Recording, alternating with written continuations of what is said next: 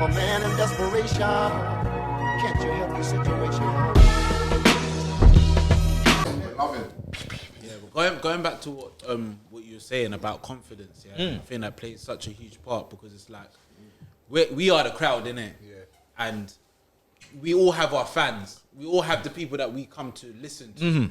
But understand, the person that's new, we are still willing to hear what they've got to say. Yeah, you're receptive. Yeah, but we need to know that you know what you're going to say before we just write you off. Because I'm going to be like, who is this guy?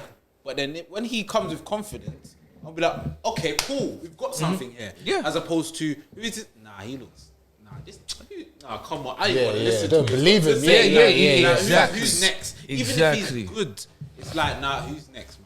Next, I hear that. It's because you gotta sell it, bro. Like I battled Charlie Clips. Charlie Clips taught me a lesson, and I tell you, the lesson was I barred Charlie Clips' life away. Like line for line, he is not fucking with me. But you see how he had the crowd eating out the palm of his hand. Yeah. He sold that shit so well. Like, and that's you gotta find a balance. You can have all the bars in the world, but you come up against someone. Goods is another example of it. Like, if you look at Goods versus Rome, I don't know if you lot have seen that battle, right? Yeah. Brother, Rome is rapping for his life. Like, Rome rapping for his life, bro. He's doing everything you meant to be. Like, everything. And Goods, his whole persona is like, fuck are you doing? You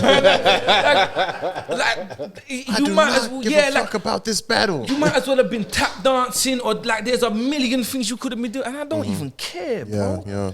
Cause I could reach out and backhand you right now. What would you do? What would you do? It's true. It's true. It's true. How you present it. 100%. Do you know what I mean? How you present it, and like that comes down to how. Cause again, Ron, he rapped his arse off, man. He didn't do anything wrong. Do you know what I mean? But he battled the wrong. The thing he was battling was wrong. He was trying to win with bars, but he was battling a persona. And it was just gonna eradicate. Do you know what I mean? Like That person will just eradicate everything you is said. really difficult to battle. Like I know myself, I'm hard to beat because of. It's not just the bars. My persona make me difficult to beat. Cause I'm just me. I ain't fronting for nobody. If you say a hard bar, I'ma nod my head with you, bro. Like that fire. There's no. But now you gotta compete with what I gotta say. And I'm like, so it's just that there's so many different aspects and stuff that you gotta take in, like, with you. When you get into that bag, it's not just I got the best bars. It's not just I can just perform. There's a million different little bits and pieces. How do you respond when your opponents like? What do you do? Do you talk? If you talk, do you say stuff that lets people know you shook, or do you say stuff that just that lets people know you still cocky out here? Like, 'cause there's times rappers will talk through your rhymes because they shook, bro. You fucking them up right now, and they emotional. They emotional. So like, all these things got to come into play. Like, what's my hand movement gonna be when I say this shit? Like, how do I convey this so that the crowd gets every part of it? Because again, the crowd are receptive. Like, they are waiting to be entertained. They are willing for you to do good. No one wants someone to stand up there and do shit, because no one wants that pressure. No one wouldn't put that pressure on nobody. You know what I mean? You wouldn't like that pressure on you. So someone standing up there, they like, please do well. So give me something I can get behind. Say something I can get behind. And you see it very early, man. So K-Shine against Chiller the other day. See, from K-Shine had to go first. Going first is horrible. Sorry to cut you, K-Shine is his guy, innit? I need you to keep on talking. Keep on talking. I'm a K-Shine fan, man. Like, Fuck you, man. Yeah. Oh, he got smoked though. Like, he got smoked. No, but like, it was so bad. His see the opening bars, bro. If there was a crowd in the building, where the way he said, like, crazy. Just I went all around the houses just to call a spade a spade. The way he did that, like, okay, like, And because like he had everything in it. He had the bar, he had the point. Yeah, he was making a point, and he had the delivery, and like he just that whole thing. He sold it to you. Yeah, he gave you that thing. So like people are just waiting to be entertained. So come up and say something, and right off the bat, like out the park. Do you know what I mean? That rebuttal was crazy. Especially against someone like K-Shine, who when we talk about performance, when we talk about trying to bring a crowd and aggression, he's one of a kind. That's top three, bro. That's it. And you know, I wasn't a fan of K-Shine. Like I don't know if you lot remember him against Tay Rock. The first time. Quay Way beat him. That Ralph Lauren coat and that puffer coat. Yeah. Way beat him, yeah. I wouldn't. I don't know. Thank you, sir. Thank you, sir. Thank you, sir. I'm a rock fan, not one that. Especially the fact that K-Shine had the whole Of Harlem there. The Harlem was there. Tay Rock was there on his one. Yeah, on his turd. Was he there? I was there. You can see me in the background. I was there. I wasn't convinced by that K-Shine. But then there came a point where he's undeniable, man. Like, Question for you though, or is it off topic? Like, so for you, when did that K-Shine start coming out? Like this unbeatable K-Shine. I couldn't even. When was the thing when he put the coat on? DNA.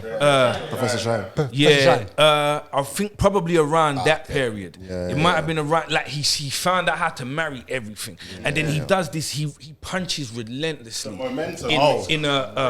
It's an unorthodox. Like no, his ram pattern is unorthodox. I'm always saying this, like, you're fucked for the jab. Listen. Yeah, they are jazz, but you know what? talking. You see, if you Don't talk right now. I'll be honest with you. Did you watch Daniel Du Bois the other day?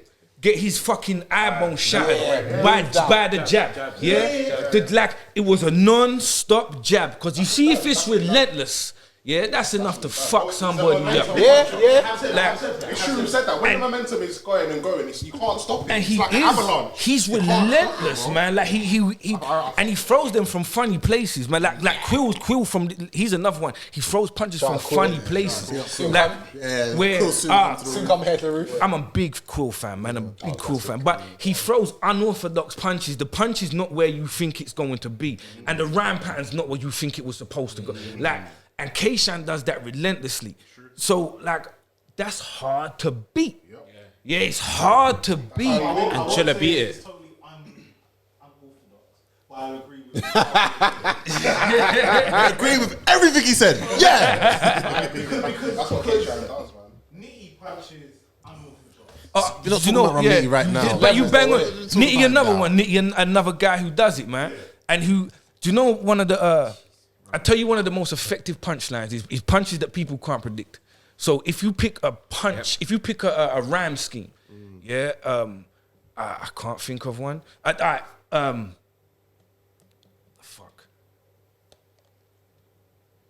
got a lyric that says, I waltz in, like quick, slow, but I'm running with 2 sticks. Watch little tink go. So you see yeah, that's a bastard rhyme. There's no way of you predicting what I'm going to say. Because you can't do it. And like K-Shine will do that effectively. He will have a rhyme scheme that you don't know what the fuck is gonna come next. I agree. Like, bro, I like the science of this shit, the craft, the actual. It's one of the things I wanted to talk about. You know what's really funny as well? So I don't know if anyone closely with the waltz.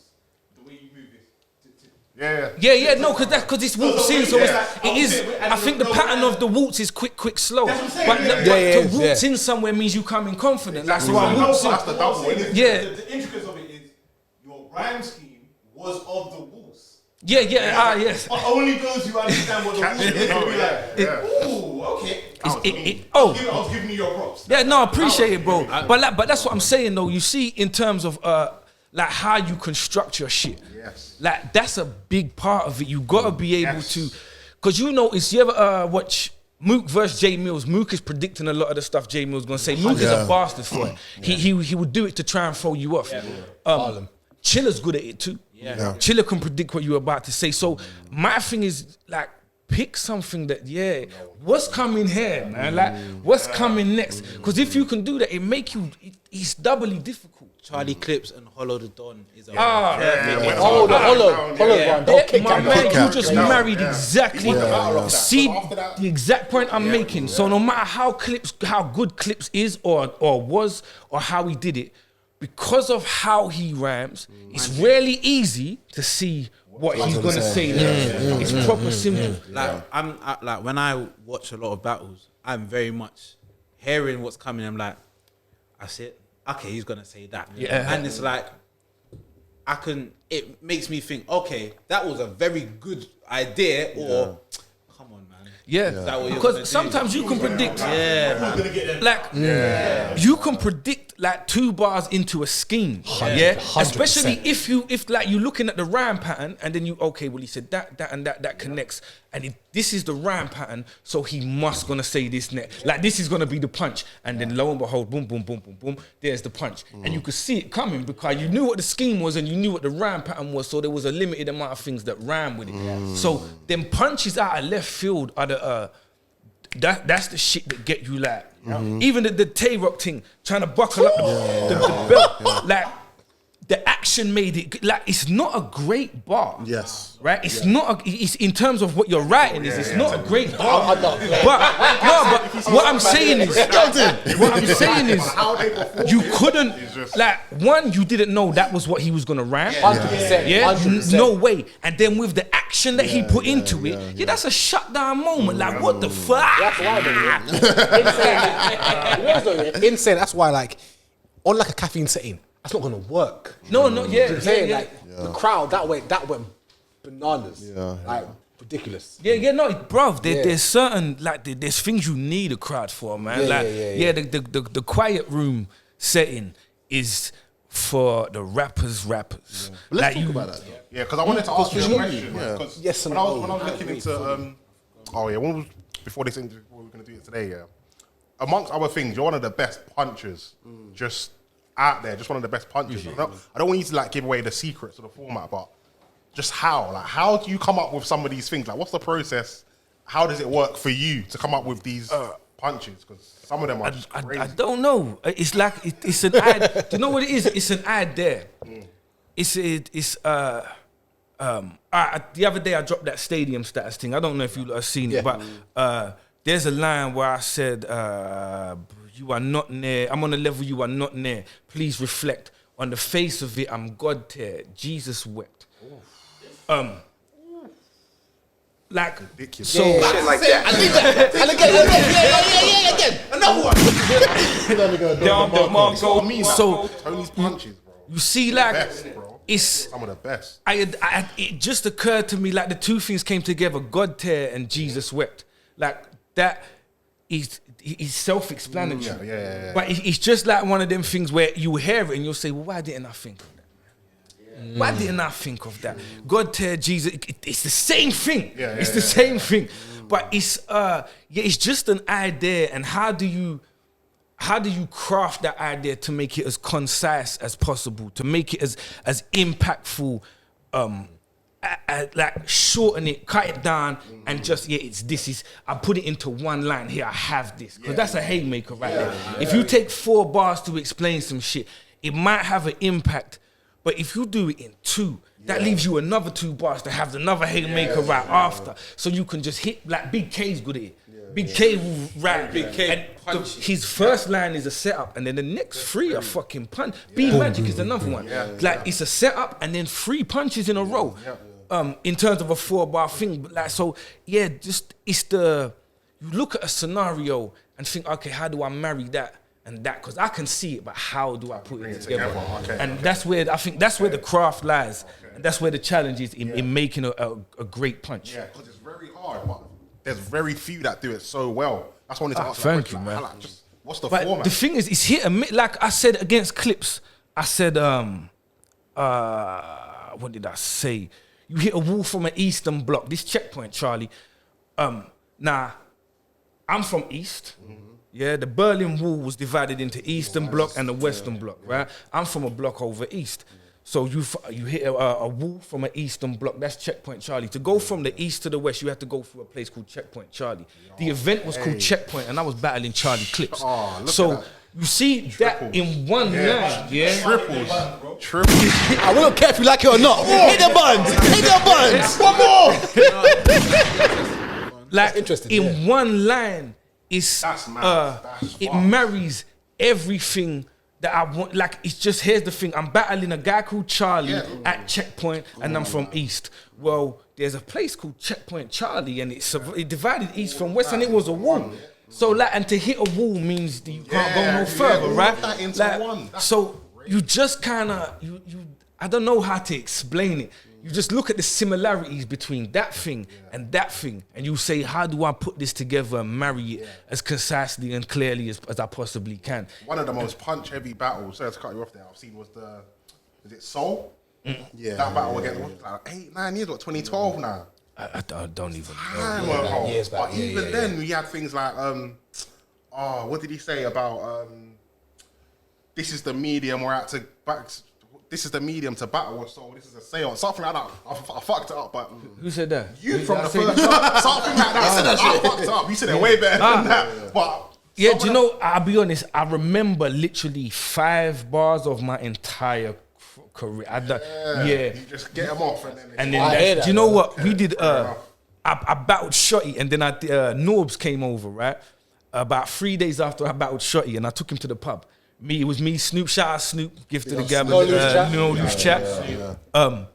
We went to the pub, and he said to me, give me a bar, like, tell me something that you, like, bro, I don't fucking know. Like, this was, it literally, when I walk off stage, it's gone. That makes sense, though, because it's different from writing a tune where you have to repeat it over where it's and one over battle's again, done. No, the thing is, you do have to ingrain it, or you're never gonna get it off. Like, you do have to get it ingrained, but it's a portion of your memory. You know, that really short term, it's fleeting.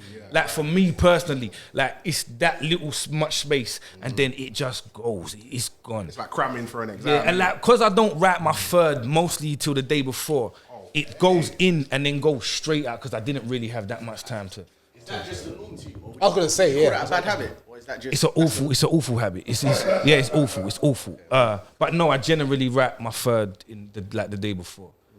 wow. It's not apparent, because when we see other battlers that say that, and you can see, like, it's apparent that they haven't remembered their bars. It's apparent that they wrote it the day before. You offer a round, you can't. Yeah, no, because I generally, the third round is when you're under, I'll write the first 2 like a week before. And then spend that week learning them, and going through them. And then the third, I kind of, all right, the pressure is on now. And then that's kind of when the fire comes. You know, like they say, pressure create diamonds, right?